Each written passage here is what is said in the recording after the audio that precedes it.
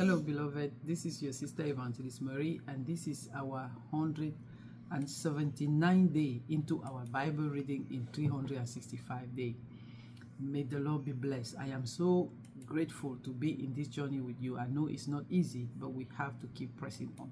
As per our schedule, we have to read Nehemiah chapter 9 and chapter 10, and also to read the book of Luke chapter 24, 1 to 35.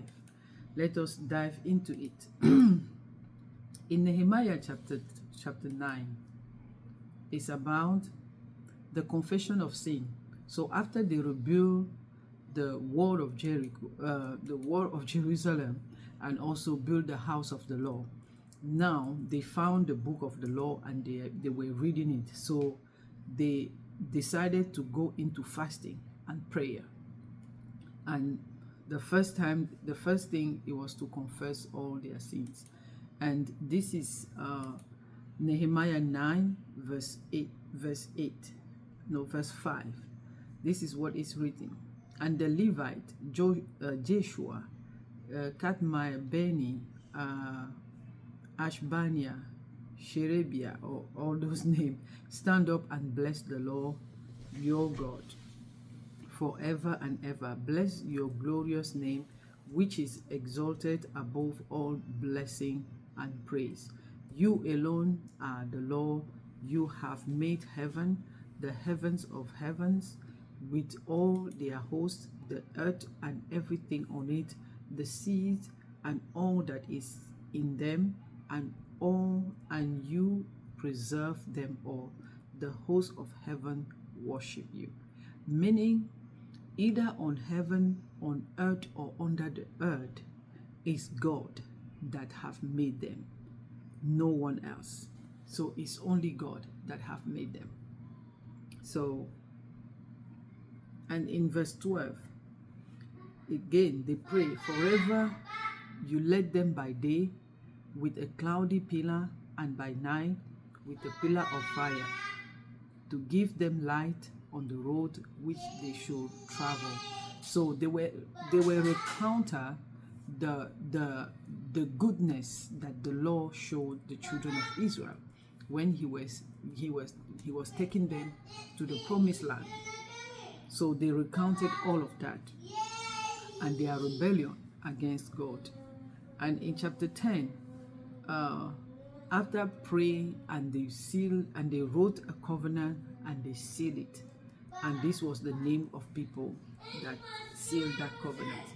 So let us go to Luke chapter 23.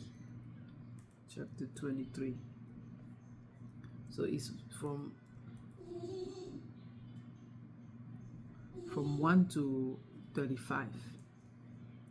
So this is Jesus Christ that risen again.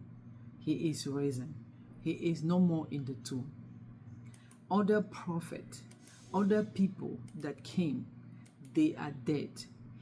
That you can see, whatever it is, even if it's Muhammad, even if it's Confucius, whatever, they have their tomb and they are still there.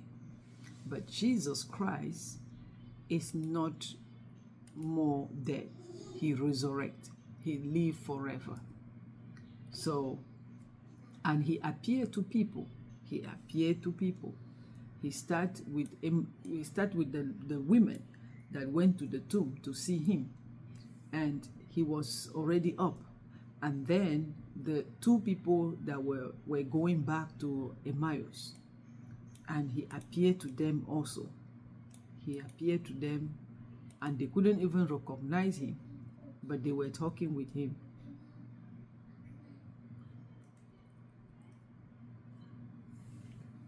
So Luke 24, he is risen.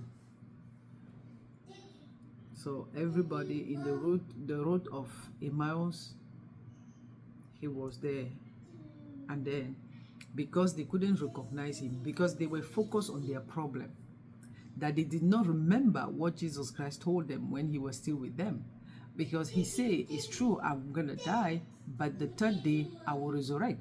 And these people, that these two companions that was going back to Emmaus, they waited, knowing that he said the third day. But then, even though the women came back and gave the narrative that they found the tomb empty, and they have an encounter with some angels that told them that he was not dead anymore.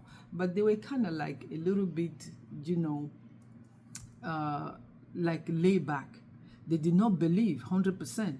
But Simon Peter, the Bible says that he went and he saw that the tomb was empty, and he believed, and he was marveled of what the Lord has done.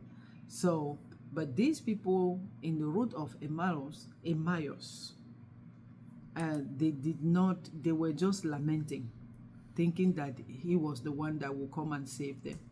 But unfortunately, this is the third day, and even though certain women say that he rose up from the dead, they did not believe it. But then when they help him, when they asked him, like, hey, it's already dark, why don't you stop with us, eat with us, sleep with us, and tomorrow morning you will. So it's always good to have hospitality. If they have let the person that was with them go his own way, they will have missed that. So it's true, these days is different from those days, but if you have possibility, you need to apply hospitality with people around you. You might harbor angels without even know that it was angel in the beginning. And this is what happened to them. After all of that, Jesus Christ gave them bread and their eyes was open. They that was saying that it's already nighttime, immediately when Jesus Christ vanished, they too, they get up and they went back to Jerusalem to talk to the disciple that indeed he is risen. So indeed he is risen. So this was our 179th day. Yesterday I make a mistake. I typed 278. No, it was just a typo problem. So today is 179 days into our Bible reading. I challenge you as usual to seek intimacy with God through his word, because God is his word and God is the word. I challenge you to know God by yourself through his word. There is no other place to know God than in his word. So may the Lord bless you and the Lord keep you. May the Lord let his face shine upon you and be gracious to you. May the Lord open his countenance upon you and give you peace. Tomorrow is the 29th day, and we have to read Nehemiah 11, 12, and 13. And Luke chapter 24, verse 15. Luke chapter 24, verse 36 to 53. Shalom.